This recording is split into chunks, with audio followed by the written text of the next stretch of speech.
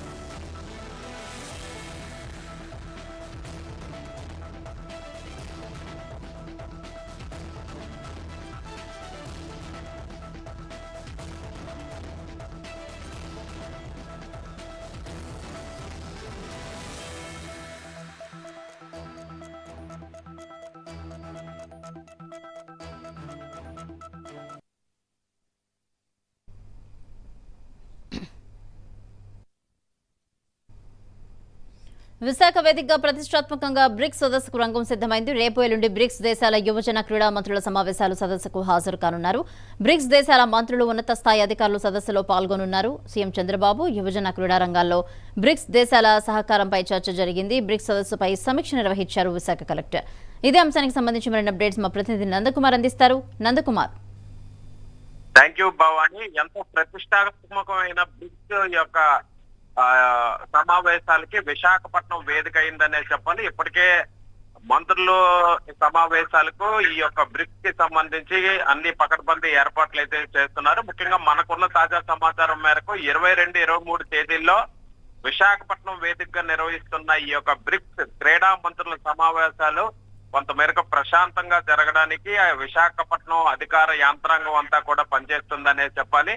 ముఖ్యంగా ఈ యొక్క బ్రిక్స్ దేశాల నుంచి క్రీడా మంత్రులు అలాగే ఉన్నతాధికారులు విశాఖపట్నానికి వస్తున్న నేపథ్యంలో అన్ని శాఖల యొక్క సమన్వయంతో పనిచేసే విధంగా మొత్తం కేడర్ అంతటినీ కూడా బలోపేతం చేస్తూ విశాఖపట్నం కలెక్టర్ ఇప్పటికే దీనిపైన సమీక్షలు అయితే నిర్వహిస్తున్నారు. ముఖ్యంగా ఋషికొండ దగ్గర ఉన్న రాడిసన్ బ్లూ అలాగే నోటల్ హోటల్స్ లో నిర్వహించే ఈ యొక్క కార్యక్రమానికి సంబంధించి అన్ని రకాలుగా చర్యలు చేపట్టే దిశగా ఇప్పటికే వీటిని టీమ్స్ గా ఈ యొక్క డిపార్ట్మెంట్లను అయితే విడదీయడం అయితే జరిగింది.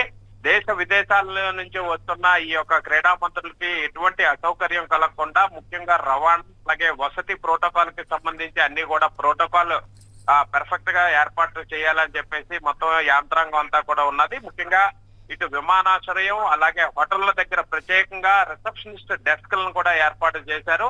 వారికి ఎటువంటి అసౌకర్యం కలగకుండా అన్ని రకాల చర్యలు కూడా చేపడుతున్నారు. ముఖ్యంగా జిల్లాలో బాధ్యతలు అప్పగించిన వాటిలోని ముఖ్యంగా కేంద్ర రాష్ట్రాలకు సంబంధించిన అధికారులతో పాటు విదేశాంగ అధికారులను కూడా నిరంతరం సంయత్నం చేసుకునే విధంగా ఏర్పాట్లు చేశారు. ముఖ్యంగా డ్యూటీ అధికారులు సిబ్బందికి అవసరమైన అన్ని పాసులు కూడా ఇప్పటికే జారీ చేశారు.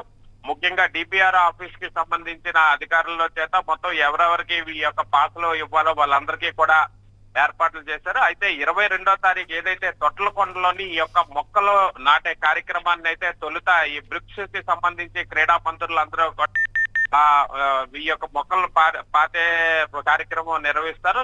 మనకున్న తాజా సమాచారం మేరకు ఉదయం 10:30 సమయంలోని ఈ యొక్క విదేశాంగ మంత్రులు అందరూ కలిసి ఈ యొక్క తొట్లకొండకు చేరుకొని అక్కడ అనుకూలమైన వాతావరణం పరిస్థితులు బట్టి కూడా ఈ యొక్క అటవీ శాఖ అధికారుల యొక్క ఆధ్వర్యంలోని మొక్కలు నాటేటందుకు భవిష్యత్తులో మొక్కల్ని పెంచే దిశగా ఎటువంటి చర్యలు చేపట్టాలన్న దానిపైన కూడా అక్కడ సమీక్షలు నిర్వహించే అవకాశం ఉన్నది భవానీ.